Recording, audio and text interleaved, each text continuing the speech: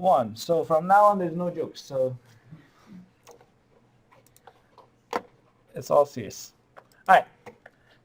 Pre-allocating memory. What does it mean? Let us go over like a few things that you can do as a vector, and you can also do as for loops. For example,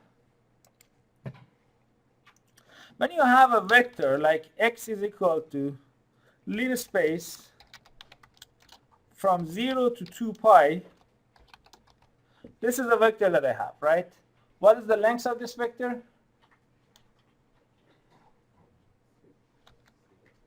You don't know? What's the length of this vector? 100, right? Length is 100, size is 1 by 100. So we have a vector which is a horizontal vector and it has 100 elements in it. So length is 100, size is 1 by 100. Does it make sense? So I have this. What I can do is I can calculate the sign of each element, right? So if I do sign of x, it means that sign of each element will be calculated. What's going to be the size of y now? The 100 element. It's going to be 100 elements, right? So 1 by 100 is going to be the size of y if I execute this. If you want to make sure that this works, you can do length of y, and then of course you can do length of x as well. Length of x and length of y, we should get 100 for both.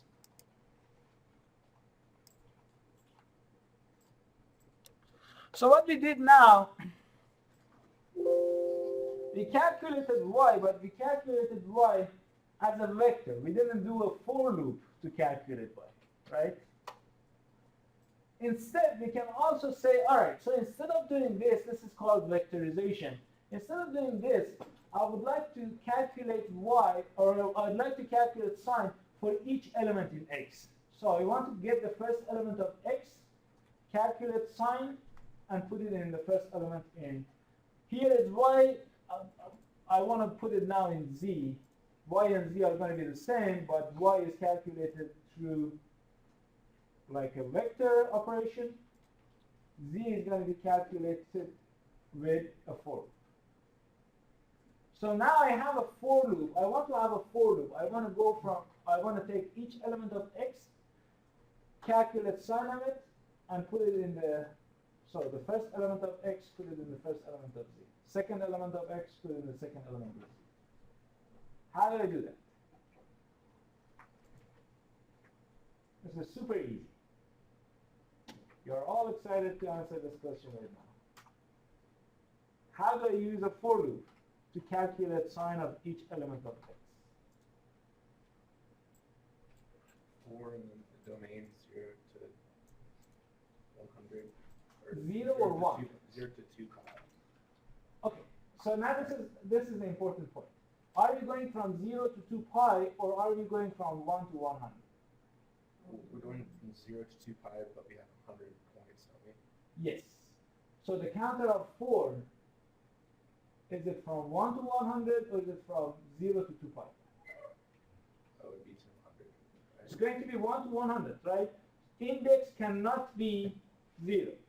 Index cannot be a real number. What we are going to do, so this is important.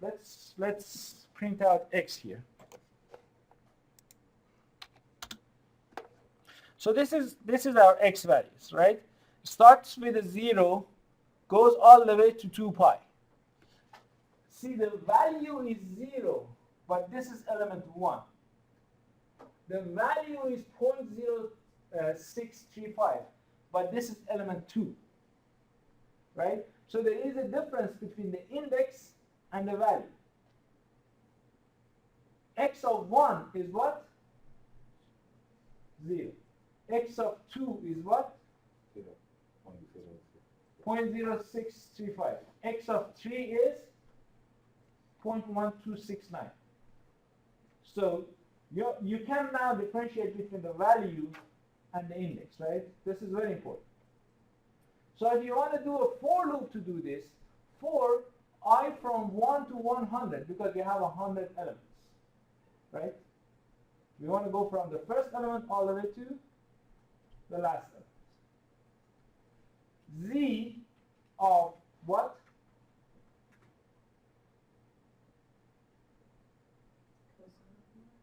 We want to do sum, so don't worry about the question. We want to do sum. But for now, we are focused on the index. Z, so let me write it down. Maybe that helps. That helps. For I from 1 to 100. Why from 1? Because we want to go from the first element all the way to the last element in X. Z of I is equal to sine of X of I. And what does it mean? It means that for the first element, I is equal to 1, right? Sine of X of I, so the first element in X, sine of X of 1, the first element in X, which is 0, sine of 0 will be assigned to Z of 1, the first element in Z. Then the second element in Z will be extracted. The second element in X will be extracted. Sine of that will be calculated, and that will be assigned to second element in Z. Third element in X, sine of it will be calculated, assigned to the third element in Z. It will go all the way to the hundredth element. So the hundredth element in X will be extracted. Sine of that will be calculated, will be assigned to the hundredth element in Z. Yes. Can't we like put a period there so we can multiply by each individual number? Multiply what? What you were saying. We are not multiplying here. We are extracting each element and calculating the sine of it. Oh, you mean sine times that? Yeah. Well, sine is not multiplying by that. Sine is a function, and you're giving input to the function, right? So sine is not a multiplicator for x. Sine of x means sine is a function. You give it a value, you get a value from input to sine, output from sine. So it's not a multiplicator for that matter. Any other question? Does it make sense? Yes. Dude, how does it know to just keep going if there's an end right there? So what it does is like it starts with the very first element, I equal to 1. Does all this, comes to the end, goes back. I becomes 2. Does all this, goes back. Is that what that little line means right there? Yeah, so this is a block. So this I becomes 1, then it becomes 2, then it becomes 3, 4, 5, all the way to 100. Okay. Then it becomes 101, goes here, says, okay, 101 is more than 100, so I cannot go beyond it. Okay. Stop right. Does it make sense so far? Any questions? Can you run down and see if I want to see that? Absolutely. Because I did and It doesn't work? Well, mine is working. yeah, but I got the same thing. You have to get the same thing. So Z and Y are basically the same. This is Z and this is Y. They are the same. Z and Y, they should be the same. See, the last one is 0 or negative 0. This one is also negative 0. If I want to show them next to one another, if I want to show Y and Z next to one another to see, I can put them in a matrix, right?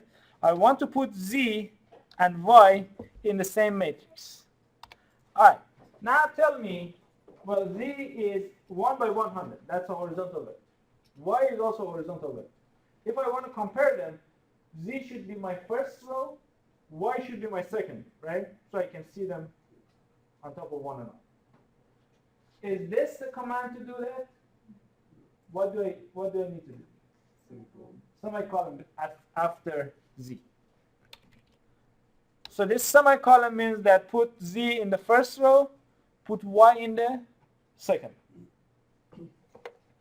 if I evaluate this now, well, didn't evaluate it, now evaluate it. This is what happens. We've got 0, 0, 0.06, 0.06, 1.12, 0.12. That's what it should be, because both of them are sine of x. One is in a vector, one in a for loop.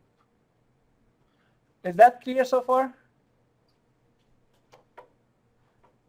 Does anyone have a question regarding this, or concern, or is it? Wait, why are they the same number? Why they should be the same number, because they're both sine of x, aren't they? The first one we calculated sine of x as a vector. So x was a vector. We plugged it in. We calculated the sign for each element in that x.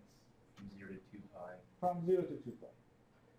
In the second one, we are still doing from 0 to 2 pi, but see this counter? This counter doesn't mean that we are calculating sine of 1 to 100. We are calculating sine of x of 1 to x of 100. X of 1 is 0, x of 100 is 2 pi. Does that make sense? Yeah, I thought it was like multiplying the elements by each other. That's just like a function. Yes, sine is a function. It's not a multiplication at all.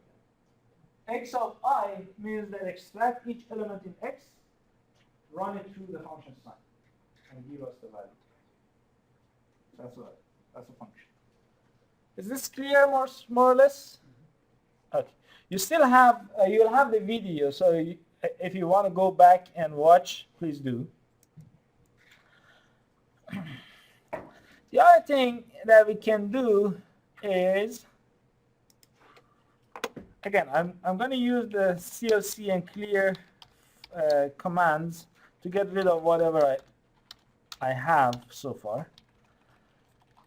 In this case, what we want to do, we want to define a random number between negative 0.5 to 0.5. I want to define a random number between negative 0.5 to 0.5. Remember the function rand? It created values between 0 to 1. How can I change the function rand to give me values between negative 0.5 to 0.5? Basically what I have is 0 to 1. What I want to do is to have between negative 0.5 and 0.5. How do you think I can do that? How do you think I can go from 0 to 1 to negative 0.5 to 0.5? Yes? Use randi, correct? Rand I will give us integer numbers. Oh, okay.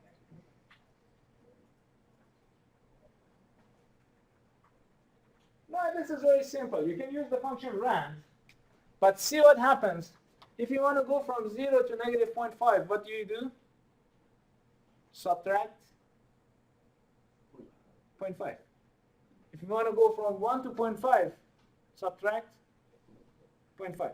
So basically create a random number between 0 and 1 and subtract 0.5 from it. Does that make sense? Is this clear? I have between 0 and 1. If I subtract 0.5 from it, 0 will become negative 0.5. 1 becomes 0.5. So instead of having a vector between 0 and 1, I'll have a vector between negative 0.5 and 0.5. You want to try? Be my guest. Well, you kind of have to. Rand, how many elements do we want? Let's do 1 by 50. Then x is equal to x minus 0.5. Let's see what happens. First of all, CLC and clear, get rid of everything. So workspace is gone, command window is gone. Life is beautiful. Now, let's create a random vector. What does it mean? 1 by 50. Rand of 1 by 50. What does it mean? it gives me 50 elements between 0 and 1, right? So it gives me a vector of 1 by 50. Between every element in that vector is between 0 and 1. You want to try, you will try. You're not going to get the same values as I got, obviously, but you're going to get values between 0 and 1. So it's 0.8, 0.9, 0.1, 0.9, 0.6, 0.09, etc. And then if I want to make it between negative 0.5 and 0.5, I just subtract the 0.5 from it. So now let's have a look again. I have a 0.3, 0.4, negative 0.3, 0.4, 0.1, negative 0.4. So as you can see, it's between negative 0.5 and 0.5. I have 50 elements. Is that clear so far? Perfect. Now what I want to do is I want to go through this X vector element by element.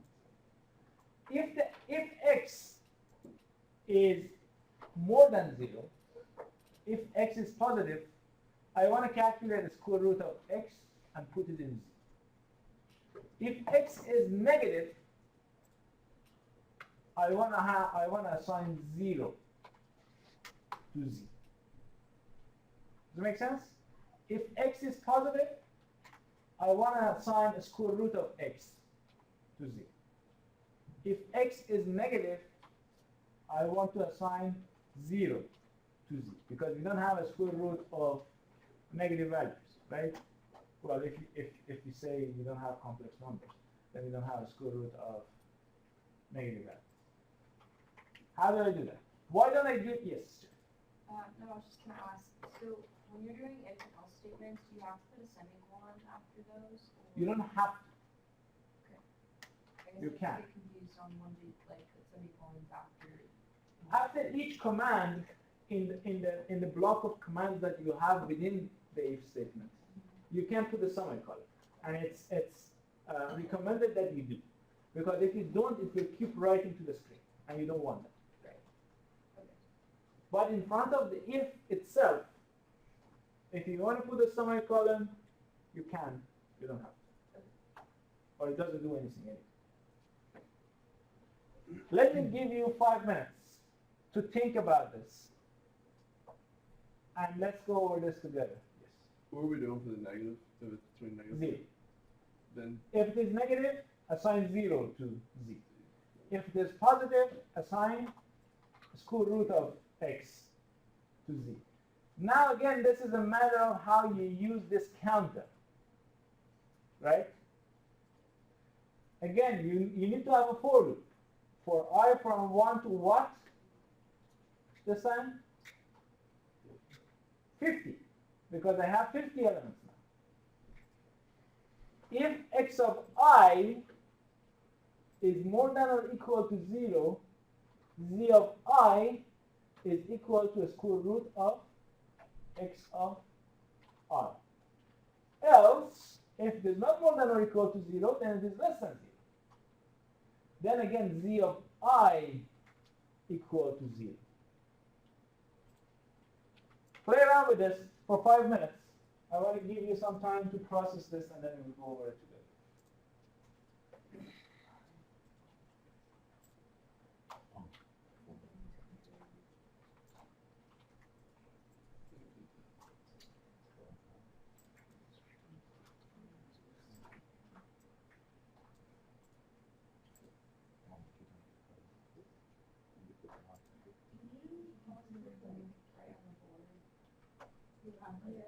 What you want.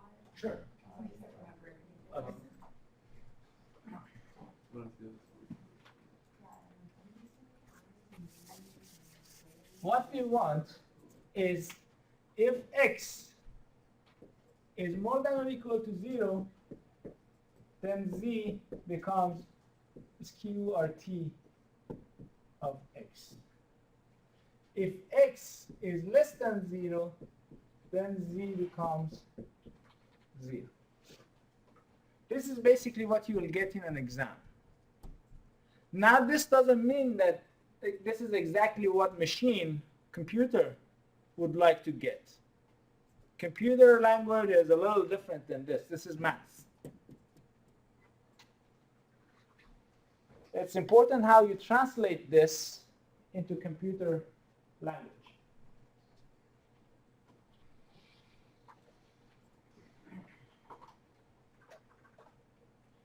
I will really need you guys to practice at home because these are very important. You'll have a couple of weeks of practice right now, but make sure that you take these couple of weeks and you practice at home and make sure that you're prepared for the exam.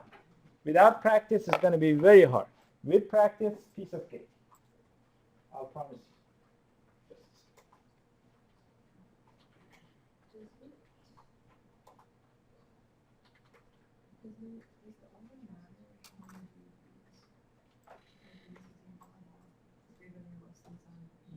Yeah, all that matters. So equals function, yeah.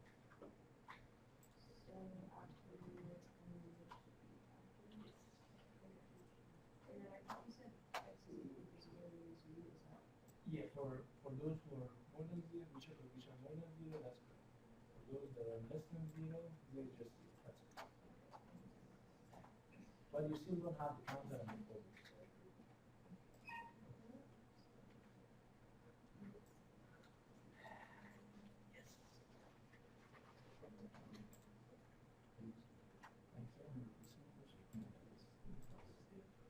Well, if you are putting this as a constraint, this is now a constraint, right?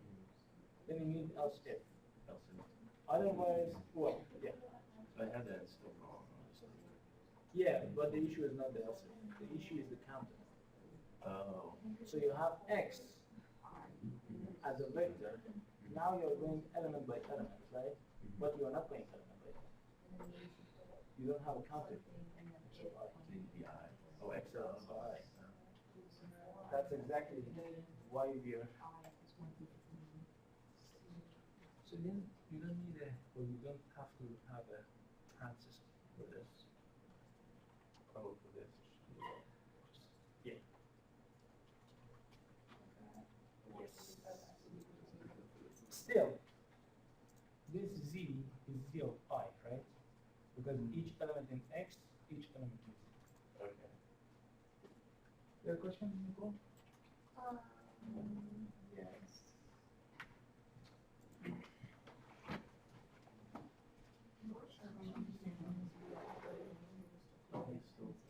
Alright, so couple of, yeah, just a couple of issues. First of all, you need an n for the. So I said it, X of I. So what you're doing here, you're saying if x of I is more than equal to z, right? Then z of I, the element right, is equal to square root of x of I. Did you guys do 4? And then, so I didn't have signs, so I could do else. Oh. If I said else, it would be else. You have to do z of I again, Else and is then you X have of I. to If an Less else statement, then or you So I just did else because we don't only have two things. So I if equal it's to other than I equal to positive. one. Yes. Yeah. And for loop with an n at the end. This is just not working. So this n is for Your this n. n. Your n.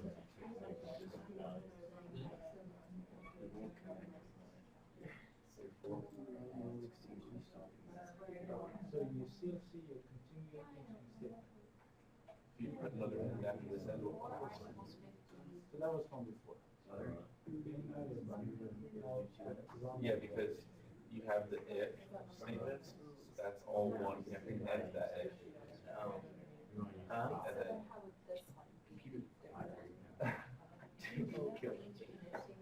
For x equals to lean space. When you don't do lean space here, that doesn't count. So lean space. I mean, it makes sense why you have to do it, but it's. You're not defining a vector. You're going from the first element to the fifth. Oh, okay, so then I would have. Yeah, I.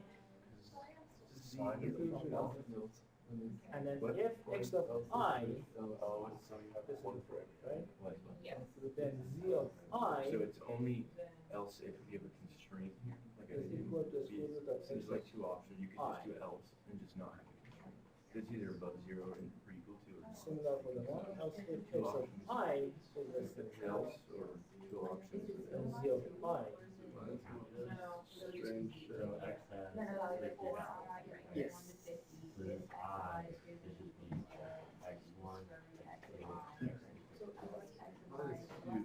don't know what happened. I thought I got so slow, you're like, that's not.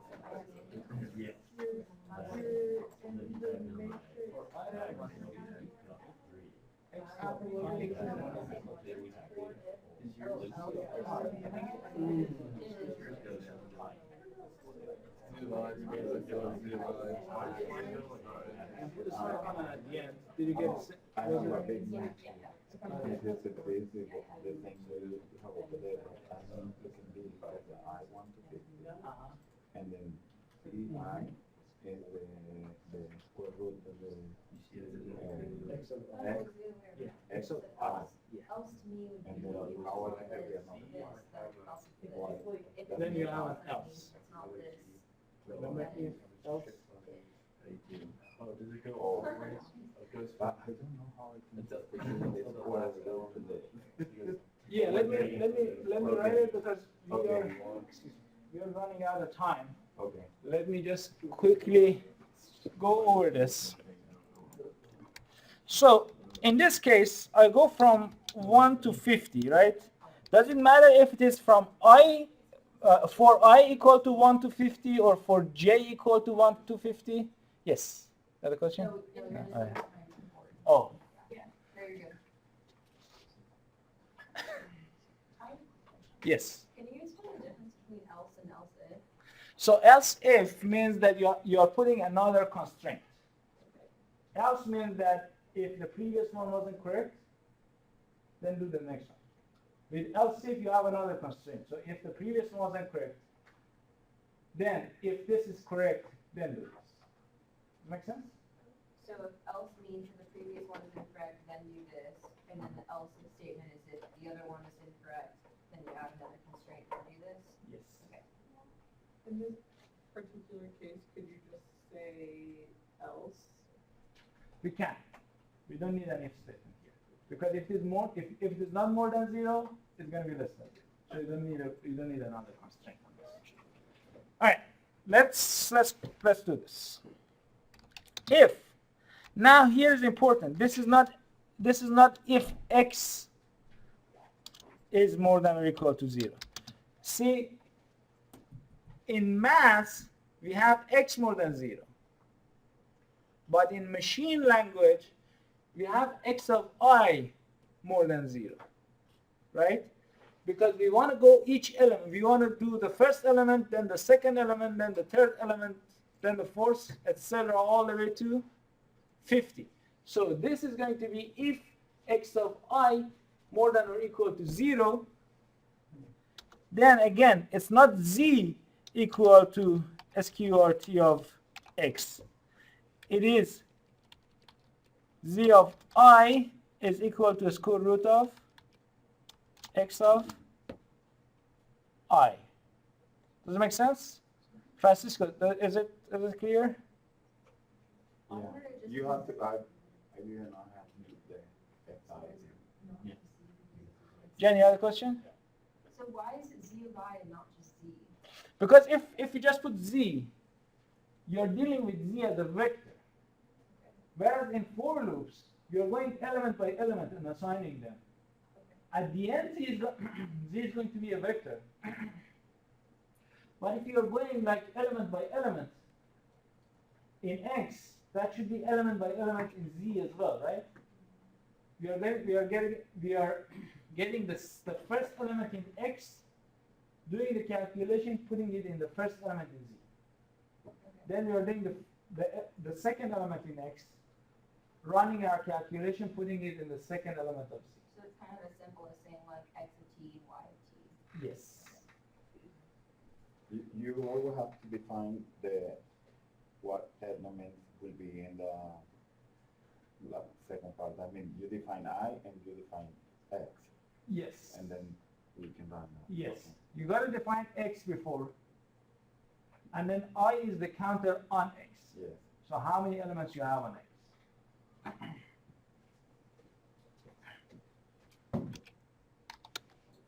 Then here, you put else. You don't have to do else if. If you want to do else if, you can. You don't have to. Z is going to be, Z of I is going to be equal to 0. End. Don't you have to put if x of I is less than or equal to 0? You don't have to. So let me run this very quickly. I'll run this. I'll get the answer. I have my X, I have my Z, everything is perfect. If you want, you can put else if X of I less than 0. So if I did define that, I have to do an else if statement? Yes. Okay. So this part, the highlighted part, is not necessary. Okay. Because it is the same as if you don't have it. If X of I is not more than or equal to 0, it's going to be less than 0 anyway. So else would do. But you can define it if you want to. Is it clear so far? I'm having trouble like evaluating it and getting numbers out. Pretty much just copy and paste it into my command window. If you have a semicolon at the end, then it doesn't print anything. What is it about like this? If and I, is it I, you know, if I, and Do you have your, control up, you have your X? You need to find your X there. before this? Yeah, so right there you need to do, X. Oh, there it is, yeah, okay. That's gotta be a part of it. I mean, I need to, No, that's right, when you run it though, you gotta use all of this. And then I mean, I need to, Yep, yep, yep, yep. oh. Now try F9. Well, depends on Oh, what it is. lowercase is If yours. you're evaluating this Lowercase. block, then you're good. No, he said to use uppercase last time because lowercase was already, we're building a function. And if we use a function that's already built into this, So, it's gonna call. you will see this. That's why you- There are times, This is working. this is important. There are times that you see continue entering statement here. That's when you had an if statement or a for loop or something else that needed an end and you didn't provide it that end. So MATLAB is still in that block. If you want to get out of that, click in your command window, Control C. Stop. Yeah, stop whatever was doing, and then you'll have your MATLAB back. All right, is this clear so far? Now let's do another trick. Let me do clear Z. What does it mean if I do clear Z? Exactly. Only element Z will be deleted. Everything else will be there. So if I evaluate this, Z is gone. Perfect. Now, what I'm going to do is I'm going to predefine Z with zeros. Zeros of 1 by 50. So I had an x value, and I had an x vector, which is of size 1 by 50, between negative 0.5 and 0.5, right? Now I define a vector z, which is zeros. It's of 0, 0, 0, 0, 0, 50 elements, right? Size 1 by 50. Now I will do the same thing with a simple difference, and I'll tell you what that difference is in just a second. For I from 1 to 50, if x of I is more than or equal to 0, z of I is equal to sqrt of x of I end.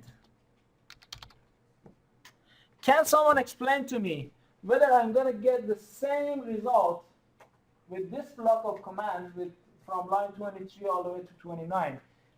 Is it going to give me the same result as the previous for loop or not? Yes. I have a yes here. I have a no over there. Who says yes? Think about it for a minute. Think about it.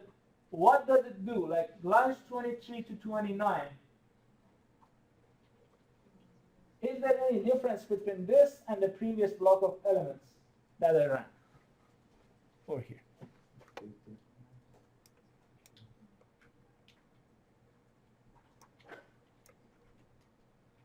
So between this block and the other block, is there any difference?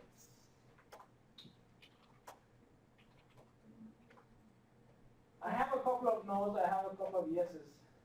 Thank you. Should we redefine X again with this? No, we only cleared Z, so X is still there. We don't have to redefine X. The zeros command, doesn't that literally just give you a row by column of one, like a matrix of 1 by 50 that's all zeros? That's correct. Then what happens with the for loop after?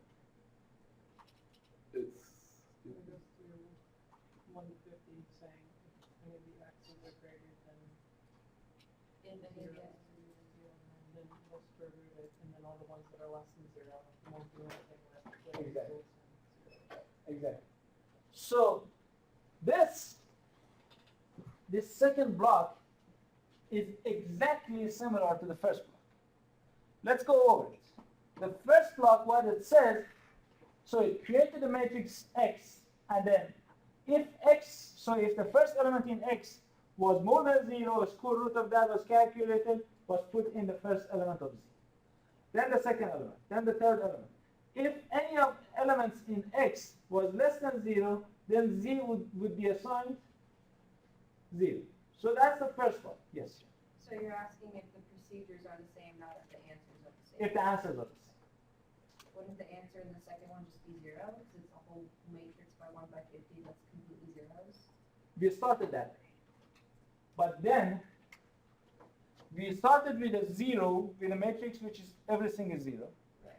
And then we had a for loop, and if x of I was more than 0, then z of I was replaced by a square root of x of I. So we basically overwrite some of the elements in z. Z was started as being 0, but some elements in z were overwritten. Does it make sense to everyone?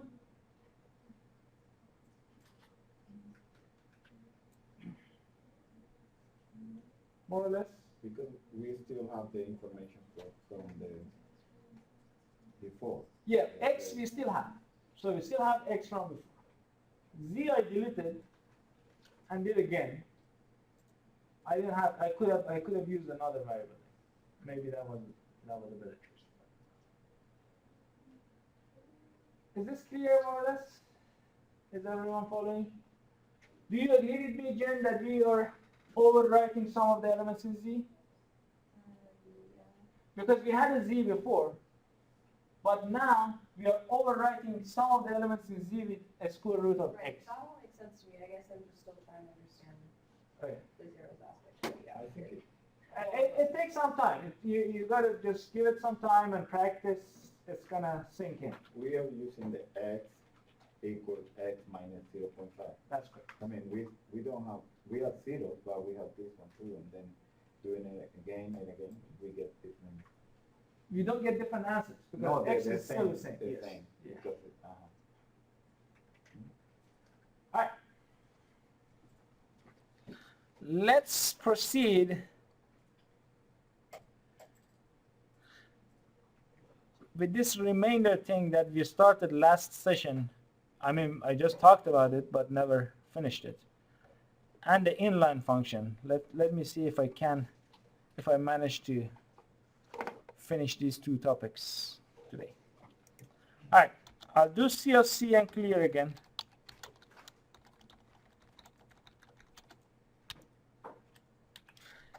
I define x is equal to sqrt from 0 with a step size of 4 all the way to 20.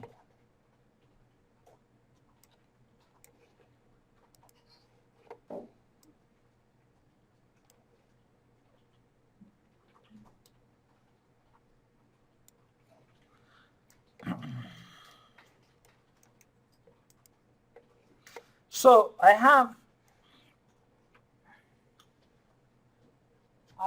a square root of from 0 with a step size of 4 to 20. What does it mean? Just someone tells me how is that vector x defined, or what is done on it, or what's the calculations. 0, 20, goes increments of 4. So it goes 0, 4, 8, 12, 16, 20, and then the square root of that, right? The square root of 0, square root of 4, square root of 8, square root of 12, square root of 16, square root of 20.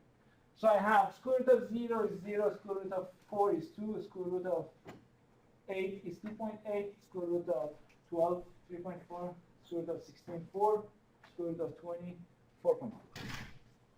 Now we want to find what are those elements that are multiplicative or multiplicate of 2. 0 times 2 is 0. 1 times 2 is 2. We cannot create 2.8 from two integers.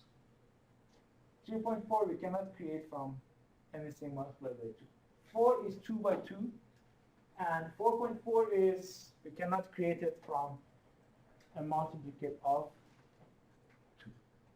So basically, if I want to extract those elements that are multiplicate of 2, I will have to extract 0, 2, and 4. What are the elements? Element 1, 2, and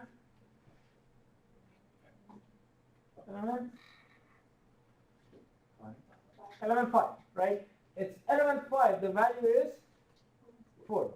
It's important. Element 5, value 4. Make sure you understand the difference between a value and the index, right? Index is 5, value is 4. Perfect. Now, I want you to write a for loop and an if statement to find those elements that are multiplicate of 2. For that, you are going to need the function remainder. Remember the function REM?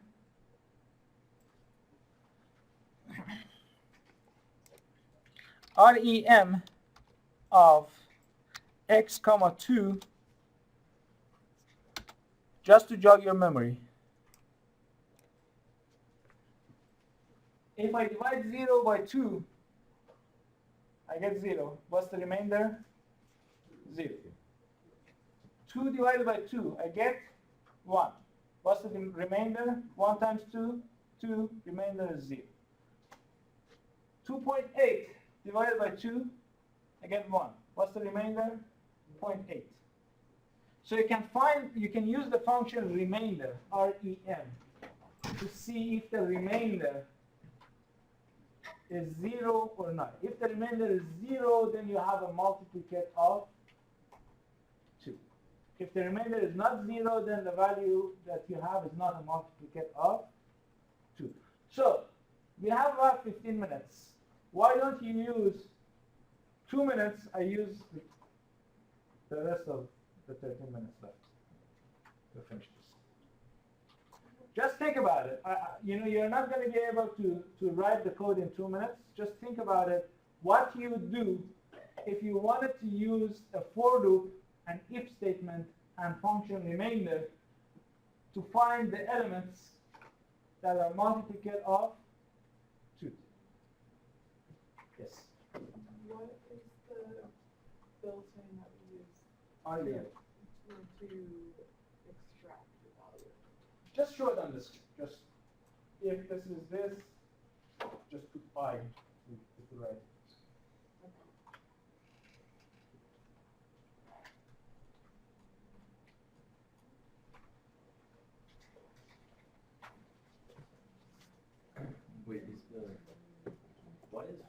on the remainder?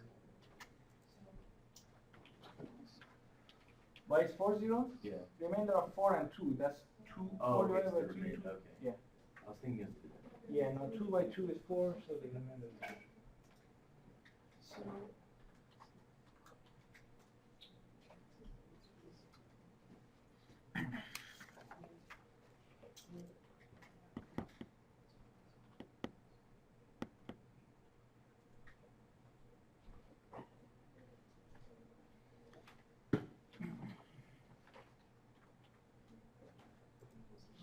So everyone is here, but this is going to help me remember names. Danny, Francisco, Mac, Aaron, you, Lucas, Sama, Joseph, Nicole, Macy, Lexi, and Jack.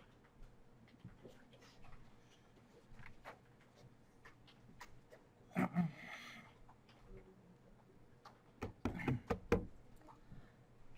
right. You had your 2 minutes. Now it's my turn. 4. For what to what? 1 to 6. 1 to 6. I have 6 elements. But this is kind of ridiculous for me to know how many elements I have, right? What if it was 8? Or what if it was 16? Should I go count it? Yes. Lengths. So for I, from 1 to lengths of x. Yes. Could you start at 0, or do you have to start at 1? You can start at 0. Okay. But you got to remember that 0 cannot be an index. So if you start at 0 and then you have I as an index, you will have an issue. Okay. Index here, I, this doesn't have to be integer. For I from 0 with a step size of 0.2 go all the way to 20.5. That's okay.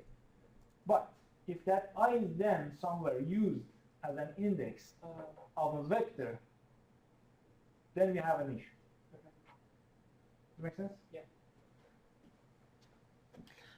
If remainder of x comma 2 is equal to 0, right? We want to compare. Is there any issue here? Yes. What is it? There's no I. X of I. We are going element by element, right?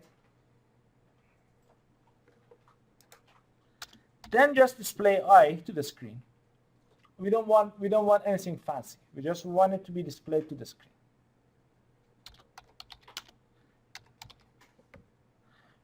You can just put I here, or you can say disp I, right? They're both the same. Doesn't really matter if you put that disp in or not. It's the same. Does it make sense? Yes. Why the double equal sign instead of just a single one? So single one means you're assigning x equal to 10. You're assigning 10 to x. X equal to 10. You're comparing. Oh, okay. So we are comparing here. So we use the double sign. If I run this now, I have 1, 2, 5 on the screen. Yes, Jim? So for the display, why don't you do display and then the 2 like little bracket things I, because that would display a value of I, it would display Exactly. like the word. Yeah. If you do the quotation mark, is it quotation? Apostrophes. If you do the double apostrophes, whatever is inside is a character. Okay, So if you just display I. gotcha. If you don't, then you're gonna have 1, 2, 5, the values of it.